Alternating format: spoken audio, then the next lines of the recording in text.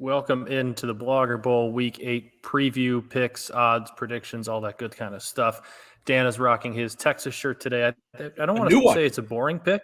It's a new one. Okay, that's why. We see a lot of Texas stuff. I like when we see you get the random, the ECU, or I know you got a Marshall shirt, or just some of the random schools. You got to like seeing those.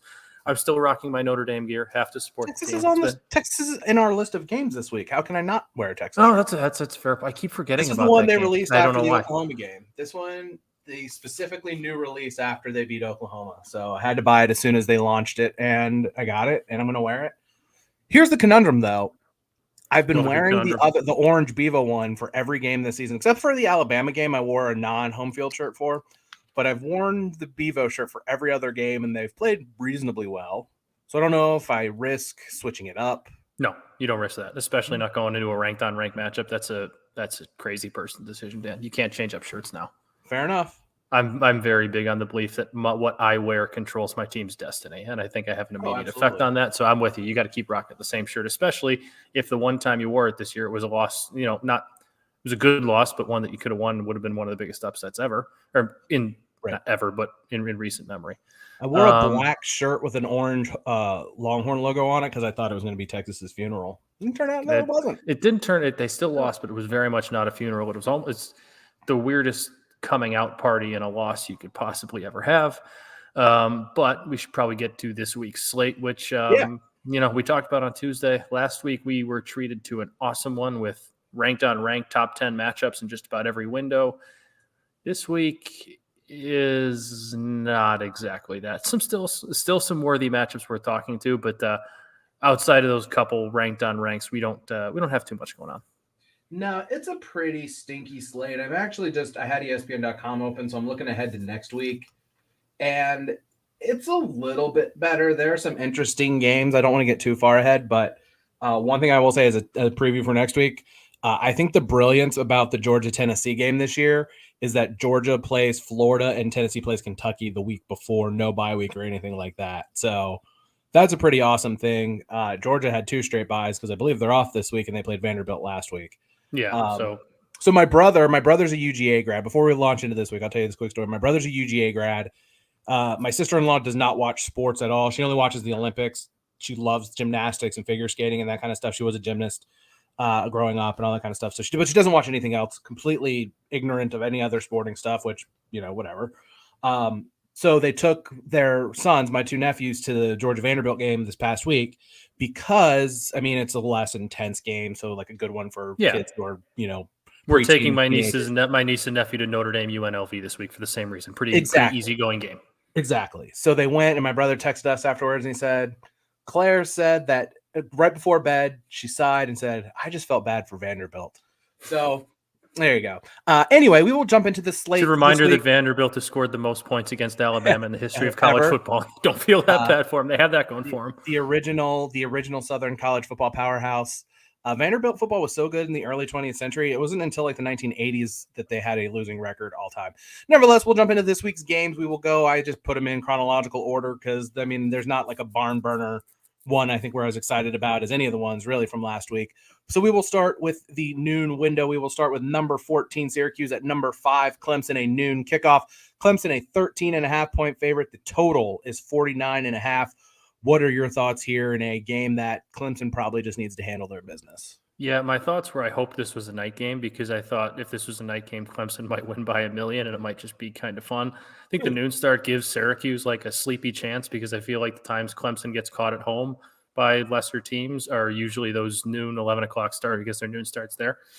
But like you said, this is a game where Clemson should handle their business, and it's weird saying that about a number 14 team in the country, but Syracuse is a nice story. They're a fun story, and they're a solid football team, a lot better than we thought, but they're not the 14th best team in the country. They really haven't left home this year. Their biggest win came against, at home against Purdue, which was a nice win. It was a back and forth one that Purdue kind of gifted them, and they got NC State without Devin Leary playing, and that wasn't that difficult for them to pull off a win. And it was still probably closer than it should have been with Devin Leary out. So I think you have a Clemson team that's finally putting it together. That's, DJ hasn't been perfect this year, but he's gotten better most weeks, and he seems like he's finally hitting that stride, finally becoming the quarterback we thought he would be. I like Clemson to take care of business quite handily in this one because Syracuse leaving home for just the second time this year. And it's not like UConn is the toughest of places to play. No offense to the UConn fan base. Clemson's a whole different animal. I don't think Syracuse puts up much in this one. Yeah, I'm bringing up a couple of box scores right now because, to your point, let's see, they gave up how many total yards in that game? They gave up 485 yards to Purdue. They gave up 334 total yards to a Louisville team that turned the ball over a million times in that game. But yeah, this is a massive step up in competition for Syracuse. Like you said, no Devin Leary last week in that game. Virginia's a complete disaster. They've played UConn. They've played Wagner, who is one of the worst teams in all of Division I football. Didn't they agree to shorten the quarters? They shortened the second half because the game was basically out of hand at halftime. However, like 59-0 at half. Wagner will come up later on in the show. Okay, that's a tease. So this is a massive step up for Syracuse. Their defense has been good at stopping the pass, less so stopping the run. They're 99th in defensive success rate on rushing plays. They're 110th in defensive opportunity rate and 99th in stuff rate, which is the percentage of rushes that are stopped at the line of scrimmage. Clemson is 23rd in stuff rate on offense, so it's pretty simple. If Syracuse can't stop the run, they're not going to have a chance to win this game. Point blank period. It doesn't matter because Clemson is going to want to run the ball with Will Shipley. DJ is going to want to run the ball a little bit. That opens up their passing game. This is a massive, massive step up for them. Clemson hasn't been super efficient on early downs, so Syracuse has to be able to force them into passing down situations, and that's how they can keep it competitive. These are teams that are 91st and 88th in rush rate over expectations, meaning that they rush a lot more than other teams do. So we know that the Clemson pass defense has been leaky at times. Florida State was able to move the ball on the ground. Jordan Travis ran the ball really well in that game too. So Garrett Schrader is a good runner. He is a guy who has made some things happen for that offense. I'm just trying to think of the scenarios and outline the scenarios in my mind in which like these teams, Syracuse could hang in this game, and they just like they're not Wake Forest. They don't have like that kind of scheme that's going to help them stay in a game. It's also not at home the way the Wake Forest game was for them. They don't even like have the talent that Florida State has, and Florida State hung around for a while. Clemson kind of stepped on the gas pedal a little bit and then let them back in the game late. It's just hard for me to imagine a scenario in which Syracuse really keeps this game close. It's been a great story. You just hope like, hey, they get out of here they just get out of here. They don't get blown out, which is a possibility, but Clemson's not really that explosive either. So, I mean, if I had to make a pick, I'd just lay the points with Clemson here because I do think they win by a couple of touchdowns. But, is Clemson is it going to be like a 28-30 point win for Clemson? I don't know about that, but going to be kind of one of those Clemson games where it feels like 17 to 21 point win. Yeah, it feels like a 28-10, 31-10 type where they just kind of suffocate them the whole way. And maybe Clemson gives the ball away around midfield and Syracuse benefits, but for the most part, it just feels like one that's never really in doubt, but the score doesn't get to a 59-17 type run it up. But yeah, Clemson's just a much more dominant team here. And I think you're going to start seeing them go for some more style points down the stretch, especially with teams like Michigan stepping up, with teams like Ohio State, still there. It seems like a deeper run for the playoff this year.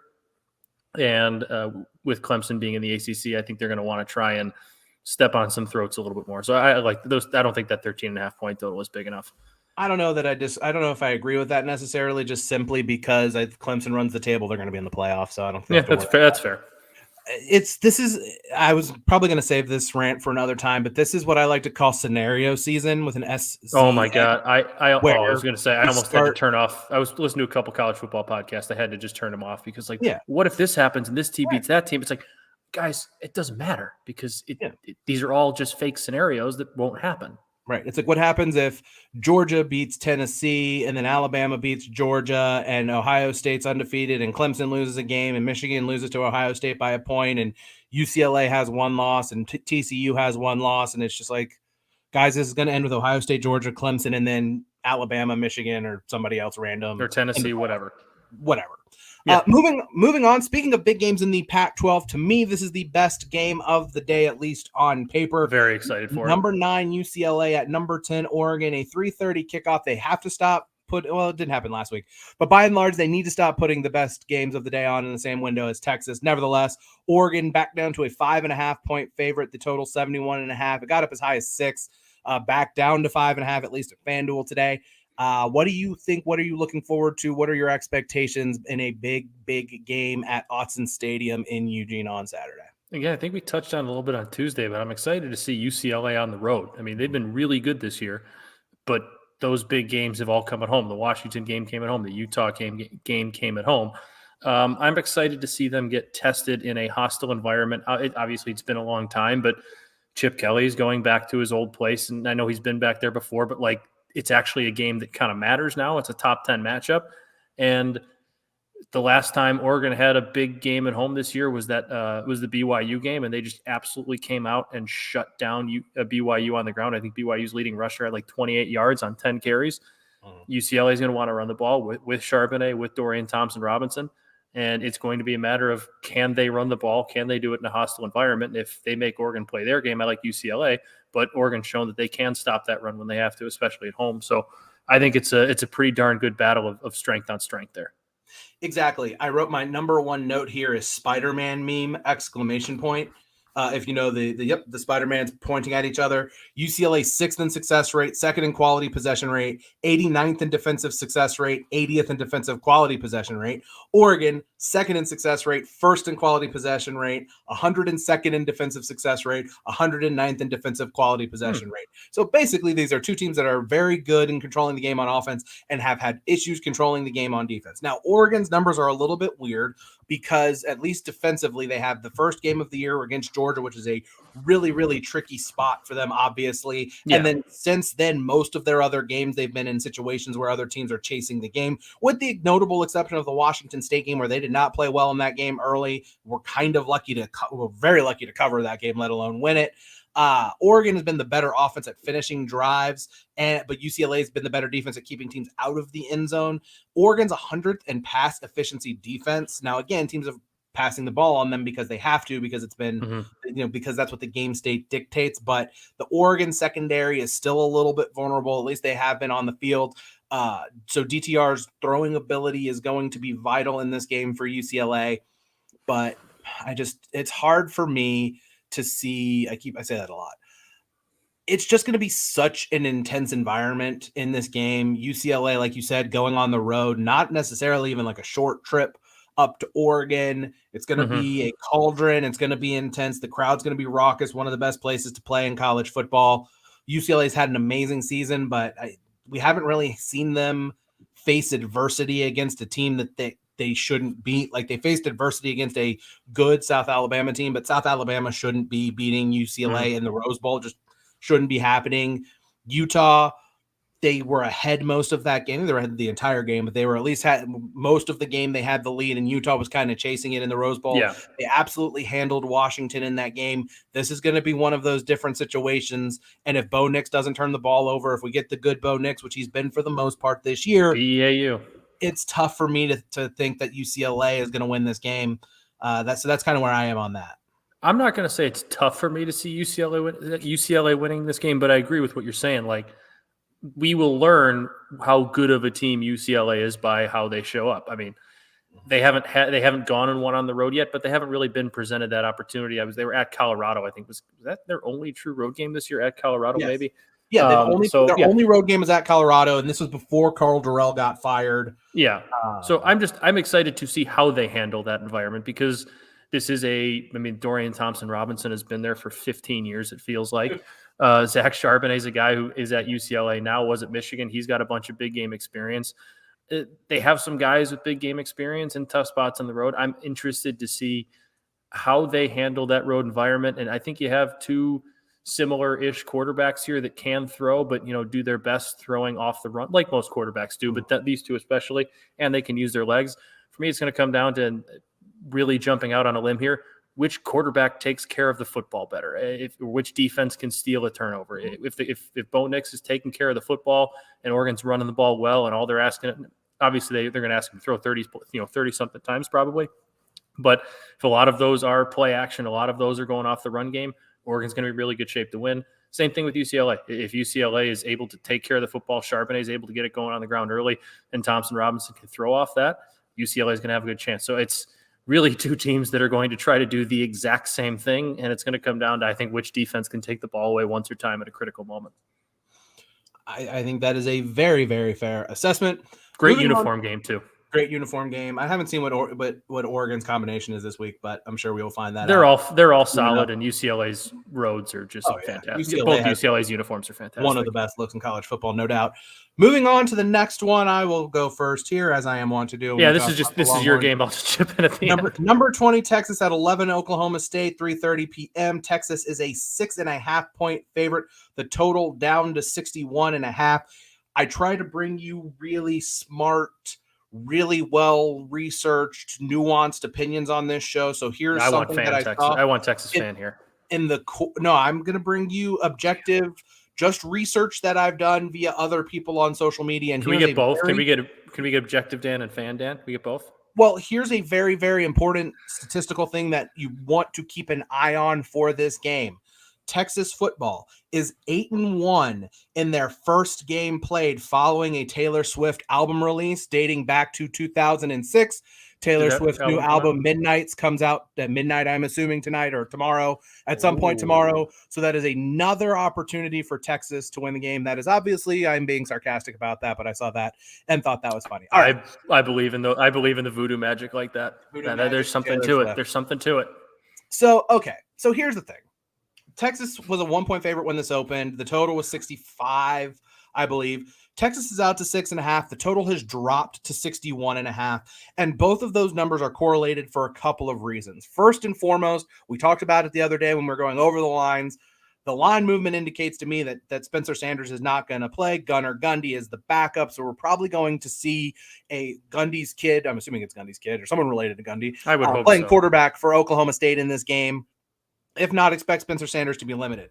The other thing, and this is something that you need to kind of pay attention to in every college football game being played between the Dallas Metroplex area northward through the state of Oklahoma, basically in that geographical region on Saturday, they are expecting high wind gusts up to 35 miles per hour everywhere. So it's going to affect Kansas State TCU. It's going to affect SMU Cincinnati, and it's going to affect this game. And for those reasons right there, I can never, ever, ever back Texas. Just don't need that in my life. I have enough emotional investment in wins and losses here, but it feels like Texas is the right side if all of that ends up being something that matters in this game. Oklahoma State, they were outgained by 124 yards by TCU, outgained by 93 yards by Texas Tech, outgained by 78 yards by Baylor. They went 2-1 in those games. They could have won all three. They could have lost all three of those games. So there's that. 45% of TCU's rushing plays went for 5+ yards. So their defense does not stop the run well. They've given up a ton of big plays through the air. Texas's offense has been really good at staying ahead of the chains, and Oklahoma State's defense has been hasn't been getting teams behind the chains. So a lot of that is positive signs for Texas. And just when you kind of boil it down, Texas has been a good running team this year. Oklahoma State has not been a good running team this year. And the what I was trying to say, the strength of the Texas defense is their run defense. Their pass defense has been a little shaky at times. By and large, the Texas run defense has been really good. And if this is going to be a game where it's going to be hard to throw because of the wind conditions, just feels like give the ball to Bijan Robinson, give the ball to Roschon Johnson, let them do their thing. Let Quinn Ewers throw quick passes at the line of scrimmage. Don't really try to get cute or fancy with it. Get out with a win. The one thing that Texas has been kind of their Achilles heel this year is third down percentage defense. They're 88th in the country in third down percentage defense, and that includes the game with Texas Tech, where Texas Tech was only 7 of 20 on third downs, and they were 6 of 8 on fourth down in that game. So if Oklahoma State can convert and keep drives moving against Texas, they will have a chance to stay in this game. But the way that everything kind of sets up for the game for Texas to take advantage. There's not the letdown that you have after beating Oklahoma that they had last week with an early kick. They had a tough fight with Iowa State last week. Oklahoma State had a tough loss against TCU. So the teams are kind of on equal footing. Texas is healthier in key spots, and the games and just the circumstances surrounding the game with the weather should benefit Texas. So objectively, if you were to take a side, it feels like at 6.5, Texas is the right side, even on the road here. I don't want to lay that with Texas. I mean, I kind of objectively, you should have just played this earlier in the week when the line opened. 6.5's a lot. So it would probably be a stay away, but if you had to play it, I would play Texas in this game. But it really is a situation where they should thrive. Well, you've just scared me about my Prize Picks entry, but we'll get into that later. I think the play here, even though it's dropped, is probably an under. Oh yes. Yeah, You we'll told talk. me We'll what talk it about was, that and when I we was get. like, yeah. We'll talk about it when we get to Prize Picks. Yeah. Even though this game is dropped, I think this does lean towards an under. I know it's a big drop in points, but I think it's coming down for a reason because of that wind. And projecting heavy winds, I think, is a lot different than what we were doing earlier and projecting heavy, hurricane and rainstorms that, you can kind of tell weren't going to be there with basically just looking at the radar a couple days later. So I think I lean towards an under here, but if Oklahoma State's without Spencer Sanders, I don't think they're going to have much of a chance in this football game. Right. And Texas is, after the Oklahoma game, I feel like old Texas figures out a way to lose that Iowa State game. And while they tried, they figured out a way to win a football game coming off that. And I don't care if it was by 1 point or if it was by 20 points. They came away with a win in a game that in years past, they lose 10 out of 10 times pretty much. Right. So I think you see a little bit of a rejuvenated Texas team here, probably one that's got a little bit more swagger to it after pulling off that win. I would lean towards Texas with the points, but with what the weather is looking like it's going to be with that high winds, I don't think it's worth going near because I don't want to lose a bet based off weather. Right. And this is another element of this. We kind of talked about it a little bit when I talked about the Texas-Iowa State game last week. The Texas revenge tour rolls on. Oklahoma, they blew the lead last year. Iowa State crushed them, and then they blew a double-digit lead against Oklahoma State last year and lost. So it's another one of those statement kind of games for Texas, and the situation feels kind of equal here where I don't think one team is going to have more or less emotion. The energy level should be pretty similar. So like I said, I think Texas wins the game. 6.5 is a lot, and we'll see what's going to happen in that game. And then the last game we're going to talk about, at least both of us with opinions and thoughts on, the big game in the Big 12 on Saturday night. Number 17, Kansas State visiting number 8, TCU at 8 p.m. TCU, a 3.5-point favorite at home. The total is 54.5. What do you think is going to happen here in Fort Worth? I mean, you have me a little bit scared with the wind. I tend to lean to, Kansas State coming off a bye does scare me a little bit that they've had, 2 weeks to prepare for this TCU offense, but TCU has been so good and they've been so good at home, and Oklahoma State looked like a game where they were finally going to get caught at home and they come back and take care of business.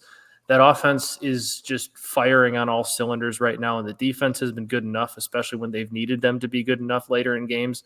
I tend to lead towards TCU because Kansas State's been a fun story so far, but I can't fully buy into Adrian Martinez yet, especially in a game that I know we talk about when could be a factor, but a game that could turn into a little bit of a shootout. I don't trust Adrian Martinez as much as I trust Max Dugan, Quentin Johnson in that TCU offense.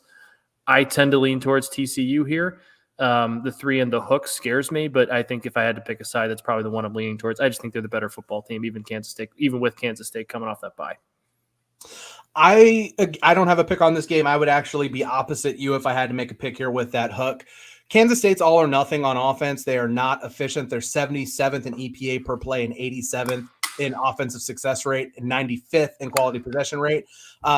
And in all of their Big 12 games, they've had a negative EPA per play when you remove the explosive plays. However, they have been good at getting the explosive plays. And the other thing that they are good at is they don't really beat themselves. 30th in penalties per game and only 3 turnovers this year, including 0, a complete goose egg and bagel on interceptions by Adrian Martinez. That's pretty impressive, but that's got to correct itself. Right. Maybe not. Correction's coming. He's playing on a better team. He's true. Playing on a team with a better offensive line. It could all come crumbling down on him. That's absolutely sure. That could be what happens to him. And it could happen here on the road in a night game, whatever. TCU continues to give up a lot of big plays on defense. And the thing is, I do think situationally the stuff that is going to be on the sides here matters. I think that the bye week helps Kansas State. And when you look at what TCU has been up against, they played SMU in a close game, and that's a rivalry game. They played Oklahoma in their first Big 12 game. At the time, we didn't know how bad Oklahoma's defense really, really was. They played a close game with the College Game Day crew there against Kansas, and then they played a double overtime game last week. 5th big game in a row for a program that doesn't really just kind of have the depth that a lot of other programs do. So it's going to be fun to kind of see what TCU's energy level is from beginning to end in this game. Is Kansas State being the fresher team going to matter? Are we going to see kind of a gas tank on empty thing for TCU? Well, and if the wind is a factor in this game, which we don't know, like it seems like it will be, maybe it won't. Like the team that is more successful running the ball in this game is probably going to be the one that wins, and they're both really good running teams too. So it's a fascinating game. The 3.5. I don't think that there's more than a field goal separating these teams. I totally agree with that. If it was at 3, I'd lean TCU, but the hook, I'm staying away. So that's kind of where I am with that game, and we'll see what happens. If I will say that TCU have next week. We mentioned they've kind of ran the gauntlet in the Big 12. They got to be coming up towards some sort of the problem, ease up in their. It's every week they got someone. I guess the problem is the Big 12 is really good. The thing about this league, so they play at West Virginia, so long road trip. At West Virginia, home against Tech, at Texas, at Baylor, and close against Iowa State. Man, there just aren't easy games in this league. It's wild how deep the Big 12 is. Because even going to West Virginia, West Virginia's not a bad football team this year. They're capable of getting it. They're capable of getting it. They have a quarterback that's playmakers. They went on the road to Blacksburg on a Thursday night, which is a historically difficult spot, and just absolutely outclassed. I'm still so mad at myself for not betting on them that night. I knew minus 2.5 was the right play. So, to me, that's the when we talk about scenario season again, what if the Big 12 champion has one loss? If the Big 12 champion has one loss, frankly, they should be ahead of anyone who doesn't. They should be I will put this out there. And the only one-loss conference champion who would deserve to be in the playoff ahead of the Big 12 champion is if it's Alabama. That's it. Because who's Ohio State losing to? Because if Ohio State loses to Penn State and then beats Michigan and then goes, I don't care. You play a lot of bad teams in that league. I'll fight you on that. If Tennessee loses to Kentucky, a tough road game at Kentucky, I think they're at Kentucky, right? Whatever. Even if they lose a tough fought game to Kentucky, and then they bounce back and beat Georgia, and then they beat Alabama again in a conference championship game, one-loss Tennessee team. I didn't really think of the scenario where Tennessee is a one-loss conference champion, so I'll say one-loss SEC champion. Fine, one-loss SEC champion is the only one. A one-loss Ohio State wouldn't deserve, just based on the strength of the conference, wouldn't deserve it. Ohio State, I would make a 14-point favorite over the Big 12 champion. No, maybe not. A 7 to 10-point favorite over the Big 12 champion. But just based on merit, on merit alone, a one-loss Big 12 champion would deserve to be in the college football playoff over the one-loss conference champion in any other league except for the SEC. I just don't think it's going to happen. I don't think TCU is going to be good enough to go with only one loss or go undefeated the rest of the season. Don't think Oklahoma State's going to be able to pull that off. Texas would be able to pull it up, would be able to go through the season with only one more loss, but they gagged the game against Texas Tech. So there you go. That's where you are. That league is just going to cannibalize. It's so good. The Pac-12. There's no off week. Yeah. I would even argue that I think the Pac-12, playing Michigan, playing some of the team, Big 10, Pac-12 is a little interesting too in terms of quality at the top, gulf at the bottom. I think the Big 10 probably a little more even in the middle and bottom. This year, the Big 10's been deeper because you've seen Maryland be good. You've seen Illinois be good. Right. The Pac-12 is really good at the top, I think, this year and really bad at the bottom. Whatever. Nevertheless, I just don't think anybody is going to run the table in the pack from here in the Big 12. And I think TCU probably finds 2 losses. And that's not a slight against them. They're a very, very, very good team. It speaks more to the strength of the Big 12. So that's it for the big games. I'm going to go second in what we usually do as our one off the radar game because I think it was. You have 7. A couple. I have 7. So you have a game that I would have probably, honestly, if we were talking about games I would want to talk about, this one probably would have been the next or the next after that. But you want to talk about another game in the SEC, really the first real what should be test for Ole Miss visiting your guy Brian Kelly and LSU. Yeah, I think it's weird to be this far into a season and still kind of think the number 7 undefeated SEC team could be a fraud, but not fraud is the wrong word, but fraud playoff team. I don't think they're that yet. They still really haven't proven much to me. Their best win is at home against Kentucky in a game that they tried to give away, and Kentucky realistically should have won and didn't. You saw them play last week against Auburn. and struggle to put away a bad Auburn team on the road that's circling the drain with Brian Harsin as their head coach. And you saw LSU last week, who, after they just completely laid an egg at home against Tennessee from literally the opening kick on, bounce back and beat a team that, I know we talked about the Spider-Man meme earlier, not exactly the Spider-Man meme, but a team that's kind of similar to them in Florida with a high ceiling, low floor. LSU came out and took care of business against Florida. Now they get Ole Miss at home. Brian Kelly, as much as we like to joke about him, at Notre Dame in big games at home against teams that were, highly ranked and quote unquote better than his teams, usually put in a pretty darn good performance. It's pretty rare that he got blown out. Tennessee, I think, was a different scenario because that offense is so good and so explosive that they're capable of doing that to anybody. Hell, we saw them put up 50 on Alabama. I don't think Ole Miss's offense is that explosive. I don't think it's as explosive as we've seen in years past, and some lane offenses be, whether it be, a Matt Corral team or whatever.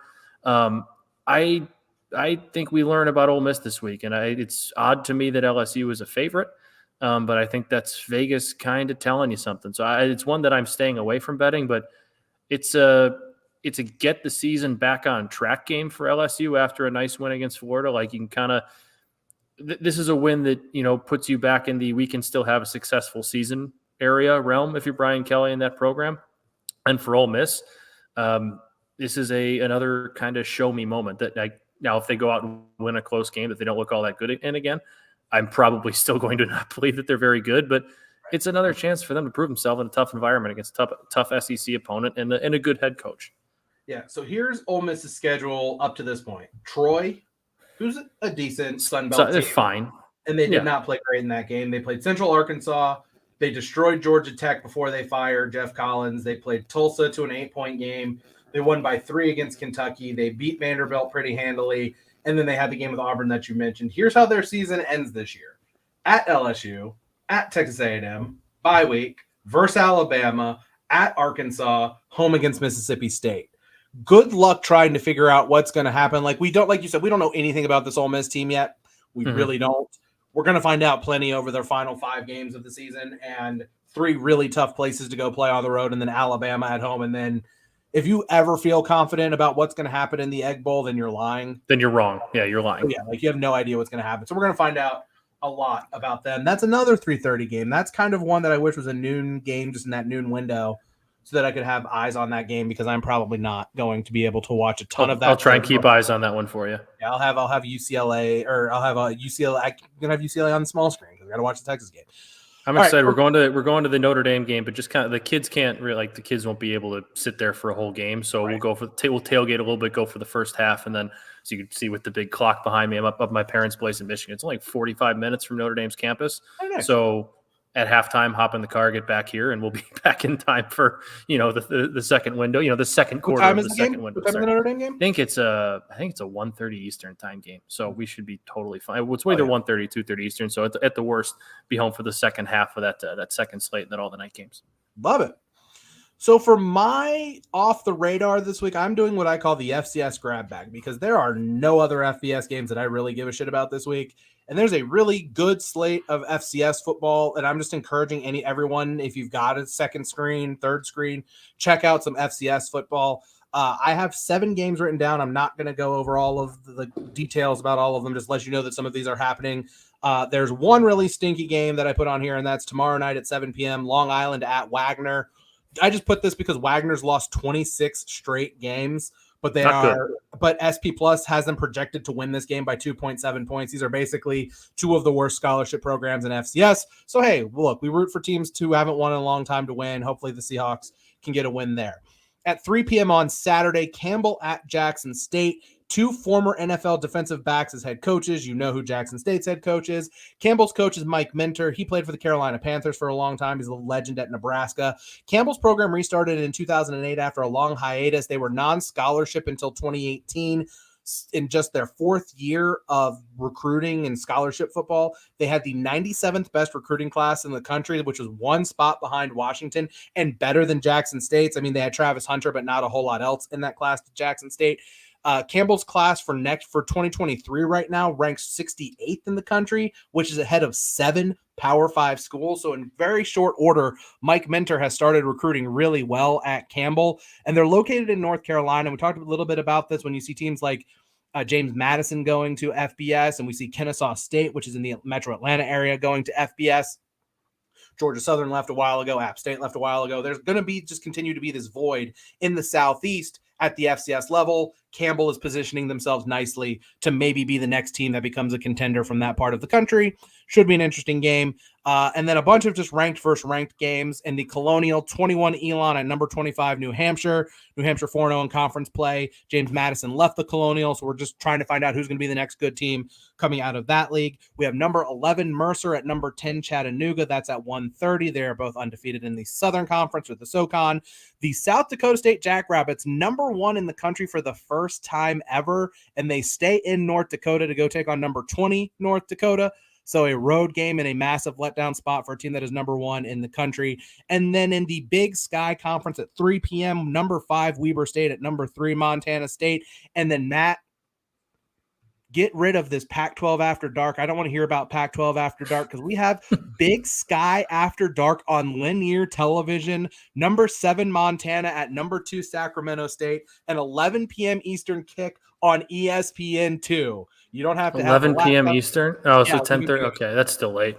Yeah, that's 10 p.m. in Central Time Zone. This game in Sacramento State or in Sacramento. So there you go. 7 FCS games.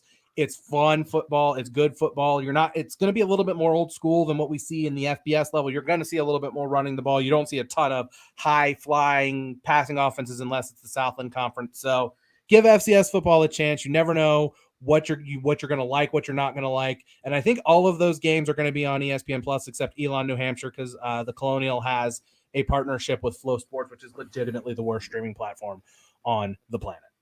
And other game to watch in honor of Phil, Holy Cross taking on Lafayette this week. Trust me, Holy Cross would have been on the list if they were playing a team that was at all decent. Yeah, Lafayette's not very good. But just in honor of Phil, when he's not here. We will shout out the Crusaders any chance we get. All right, so that will bring us to our betting cards for the week. I know you said you got to 4 before the show started in the 37 and a half I'm minutes. still there. I'm still there. Oh, I'm still there. I might have one. I'm light this week. We talked about it. I kind of hate the card. Don't force bets. I hate the card, and a lot of the games that I thought I liked are those games in the high win spots that are just not worth touching. I'm going to go with Clemson minus 13.5. We talked about earlier. I love them. I think they kind of roll in this game. Also going to take Clemson minus 7.5 in the first half. I kind of think this is a start to finish. They just kind of dominate. Going Purdue plus 2.5 on the road against Wisconsin. Wisconsin had the new head coach bump and slaughtered Northwestern, and then they lose to a bad Michigan State team. If Purdue's able to throw the football, which they have been all year, and Aiden O'Connell can kind of get the ball, can throw the football around, I don't think that offense is going to be able to keep up. I don't know why. Purdue's an underdog because they're on the road, but the fact that they're less than a 3-point underdog on the road at Wisconsin means Vegas thinks Purdue's a better football team. They're just giving Wisconsin a little bit of respect on the road. And this is going to debate making this my prize picks pick, but we'll get to that later. I'm taking Bijan Robinson over 109.5 rushing yards against Oklahoma State. I mean, he's been over that. He's been over 100, I think, all his last 5 games. 3 of the last 5, he's been like 120 plus. And I think with the weather there, with the high winds, they're going to try to run the football a lot, and he's just really darn good.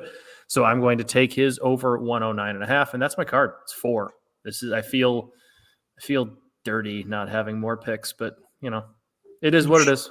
You should have told me because I would have gotten the mustard and I would have had that up on the screen while you were. Honestly, that was more of an in the moment kind of thing. I did have TCU Kansas State over, but obviously the more we talked about that, the more I'm just like, I don't want to touch those games outside of maybe some running back props. So give me Bijan. I love it. For me, I have 4 on my card. I have 3 Pac-12 games on my card for some reason this week. That was kind of happenstance.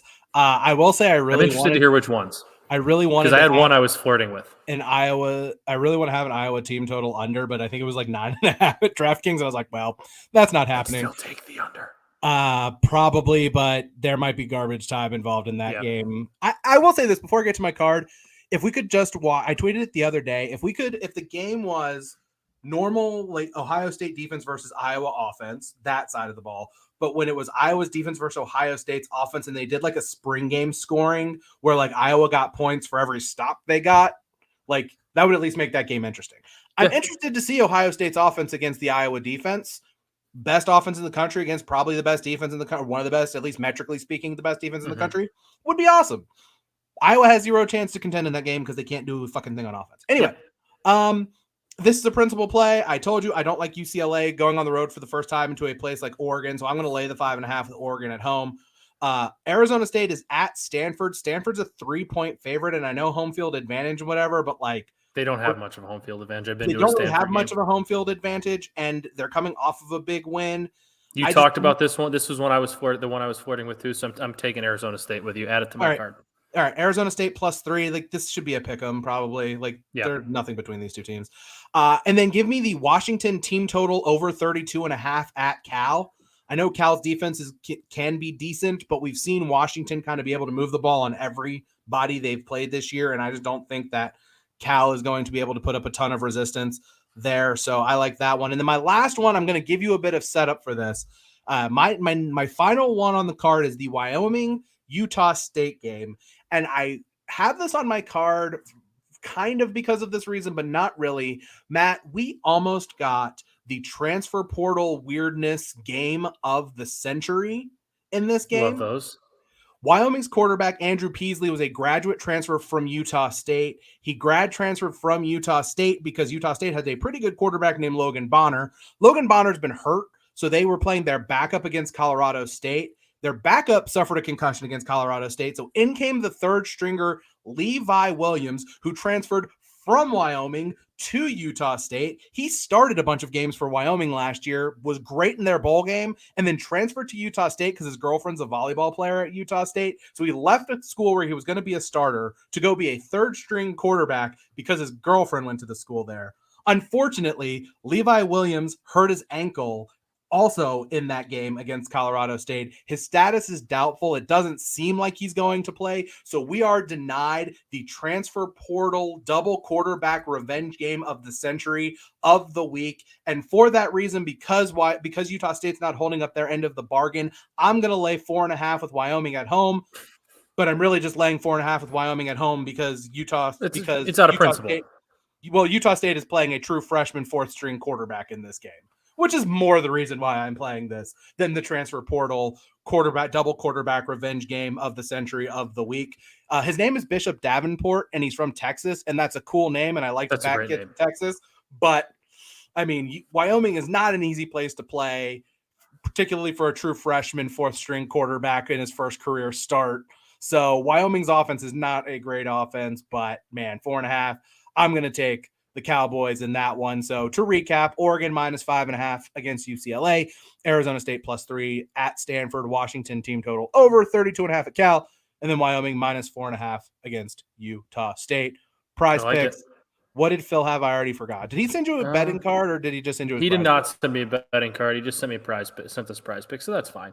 Scrolling here. Phil is going with Jahmyr Gibbs under 100.5 rushing yards. I think that's the first under on prize picks that we've taken as a group this year. He says he likes him more in the pass game than the run game this week. He did. Remember our community Riley Leonard under. We took community Riley Leonard over. No, it was under. No, that was an under. You're right. It was under because it was like 270 or something like that, like 275. 289.5. Yeah, and he hadn't thrown for more than 260 all year. Yeah, that was an under. I wanted to double check mine and just do a quick perusal and see if they've added anything else there. Let me just double check the number here real quick. But so my angle, I'm going to take Will Shipley over 77.5 rushing yards for Clemson. We talked about just the mismatch that Clemson should have against the Syracuse defense in this game. I would expect them to give the ball to Will Shipley. I would expect him to be able to run the ball well on the Syracuse team. And even though DJ Uiagalelei is a threat with his legs too, and I kind of like his number, but his number's closer to 50. Man, I'm just going to not overthink this and just go with Will Shipley against a rush defense that has struggled against the run this year. So 77.5 rushing yards. Will Shipley, the over there. So I'm going to throw a couple out at you here because I had one that I really liked, and then it was in the TCU game, and it scared me. Quentin Johnston's been one of the best players in the country the last couple of weeks. I think he had over 200 receiving yards 2 weeks ago, and then last week was like 140 or something. He's down to 75.5, but like the weather is scaring me. He's going to be the best player on the field when he's on the field, but the weather scares me there. Bijan is 110.5 rushing yards, and if I like him at 109.5, I might as well take him at 110.5 on Prize Picks. And then my third option I'm looking at is DTR over 40.5 rush yards at Oregon, because he's had, I think, 9 rush attempts per game the last 4. He's gone over that total through 2 of the times, and another time he kind of came somewhat close. I think I'm leaning towards the DTR one, because I think Oregon's going to want to stop Charbonnet. I think that's going to help DTR through the air and on the ground. I will say, as far as the QJ one goes, so my guy Statso War on Twitter, Parker, who is the guru of some of these analytic stats that I like, he's a big TCU fan, and he kind of was tweeting about it earlier in the week that schematically they do things to try to get Quentin Johnson the ball and let him run instead of like taking deep shots at stuff like he gets his back to the line of scrimmage, catches, and then turns and goes. So I don't know that how much the weather is going to affect. Let's do it. I'm going with my gut then. Quentin Johnson over 75.5 rush yard. And it could be one of those things where we're just completely overvaluing the wind here and there. I don't know what the difference is going to be at night during the day. Like, I have no idea. So why not? So there it is. We have Jahmyr Gibbs under 100.5, Quentin Johnson over 75.5, and I already forgot yours. Oh, Will Shipley. That's over. Should we just put in all of yours? You know, we'll do 2 of them. We're going to make that's our official, and then I will make a second one with like the set. Well, no, why don't you put? I'll back you on DTR as the community play. We'll leave DTR as the community play. You bet Bijan, so we have Bijan covered there. Okay, we'll add DTR's rush yards. Yeah, we'll do the DTR as the community play, and then so that way we have it covered. And when Bijan is the only one of the 3 that hits, we'll laugh at how stupid we were. But hey, you will have won the bet, so what does it even matter? It'll even it out. I'll put enough money to win the bet. There you go. That's all you got to do. Do you have a sports equinox parlay today? I don't. I wish I put one together. I did see though you had in yours Framber Valdez 6+ strikeouts, and that was my bet on the baseball blog this morning. So that's just the one I like that one. I know nothing about any of this stuff to be fair. I was just kind of like my logic. So here's my logic for what I did with all of those. I had James Harden over 22.5 points because he scored a lot of points in the season opener, which is a terrible way to handicap basketball. Of course. I did the tight end who plays quarterback for the Saints, anytime touchdown. Taysom Hill, anytime touchdown, because I feel like he scores in every game. And I don't know who's going to score for them because their offense is always banged up, and who the hell knows who's even playing for them. I did Valdez 6+ strikeouts because he strikes out a lot of batters, and the Yankees strike out a lot, and that's kind of baseball. The Yankees are kind of a mash and strikeout offense. Yankees strike out almost 12 times a game. I've been striking out almost 12 times a game in the playoffs. It's crazy. And then you'll be proud. I did Pasternak over half a goal. So basically Pasternak to score a goal because the Bruins are the top scoring team in the NHL so far, and the Ducks are the second worst defensive team. I think that total in goals per game at least. I'm in a group text with a couple of buddies that, basically it's just a gambling group text. And one of them threw out, I was like, hey, I need some hockey plays for today. And I was looking at the slate. I was like, oh, Ducks Bruins over 6.5. I think the Bruins are averaging 5 goals a game through 3. And their goaltending is just okay. And the Ducks, I think, are allowing like 4.5 goals a game or almost 5 a game too. So that one now, because hockey, that one's going to be a 2-1 game. But the over 6.5 is a smart play in that one. So, I looked for an angle. There's 2 games tonight. I don't really have any thoughts on them other than Virginia's playing on Thursday Night Football. So why are we watching that? But Georgia Tech is a favorite, and as bad as Virginia's been this year, Georgia Tech should be favored against anybody. I mean, maybe you take a little Georgia Tech money line in that game just to have a small taste on that game. I guess I thought about adding to the Equinox with an MLS pick and a college football pick because there's actually 2 MLS playoff games tonight that are actually really interesting too. And just Jeff Sims anytime touchdown was minus 150 for Georgia Tech. And I was like, well, I can't do that. And I was like, well, maybe you just throw some Georgia Tech money line in there. I think about it now. Maybe I should have added that. But nevertheless, I just thought I'd ask because it is the Sports Equinox. If you're unfamiliar, There it is very rare for the NFL, NHL, Major League Baseball, and the NBA to all be playing on the same day, which is happening tonight. So, yeah. So that's what I have. We will be back on Tuesday, maybe. Interest of full disclosure, we might be moving some things around going forward to try to help accommodate Phil's new work schedule. So maybe we'll be back at 2:00 on Tuesday. We don't know yet. We will discuss it, but we appreciate. We'll fire out a tweet from the BetSports account when we exactly. know it. We'll let you know we when. Exactly. We'll let you know when that's going when that's coming out, and then we'll be back. Do you have anything else that you want to add before we wrap this? I don't. Have fun watching college football this weekend. Let's win some bets. Let's win a prize pick entry. We haven't won since week 1. Yeah. Let's win a prize pick entry. Let's win some bets. Hook 'em horns. Go Irish. And we will be back next week to break down everything that happens on Saturday. For Matt, I'm Dan. We will talk to you then.